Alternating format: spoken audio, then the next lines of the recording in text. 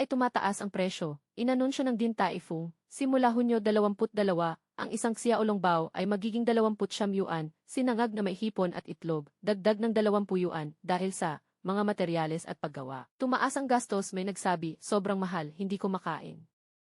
Din Tai Fung bao, manipis makatas, tukso sa foodies, sumikat dahil sa sikat nitong 18 tiklop, sikat lokal global, ngayon para makain, dagdag gastos. Biglang nag-anunsyo ang Din Tai Fung, simula Hunyo 22, mag-adjust, presyo ng ilang pagkain, tinatayang average na pagtaas, mga 5%. Maraming patok na item, kasama sa taas presyo, xiaolongbao, higit 1 piso, 28 naging 20, fried rice may hipon, 320 piso, shrimp wonton at side, tumaas ng 0 piso. Sabi ng Din Tai Fung dahil sa sangkap, at patuloy na tumataas ang gastos sa paggawa, para sa kalidad, kaya tumaas presyo. Hindi muna kakain, masyadong mahal. Kakain pa rin, paminsan-minsan lang, hindi araw-araw kumakain, at lahat ay tumataas.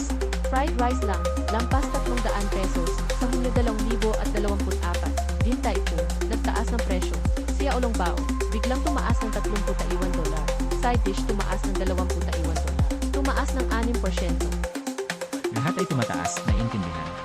Nag-aalala ang mga tao, baka magdulot ng chain reaction, kaya bago kumain sa Din Tai Fung, tingnan muna ang laman ng pitaka, kung sapat ba ang pera.